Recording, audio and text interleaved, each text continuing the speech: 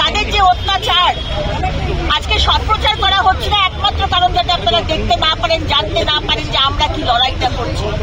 আজকে প্রশ্ন করলে তারা আমাদের হ্যাটা করে, হ্যাঁ হ্যাঁ এই প্রশ্ন কেন করছে, প্রশ্ন করতে পারবো না আমরা, প্রশ্ন করলেই হ্যাটা করবে।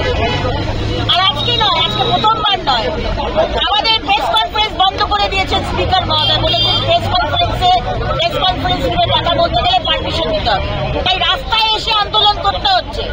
আর তার সেটা তো অ্যালাউ করছে না, পায়ের ওপর দিয়ে গাড়ি চালিয়ে দিচ্ছে। সেদিনকেও একজন সংবাদ মাধ্যমের বন্ধুকে পায়ের ওপর গাড়ি চালিয়ে দিয়েছে, আজকেও শুনলাম যে টেবিলগুলো ফেলে দিয়ে গাড়ি চালিয়ে দিয়েছে।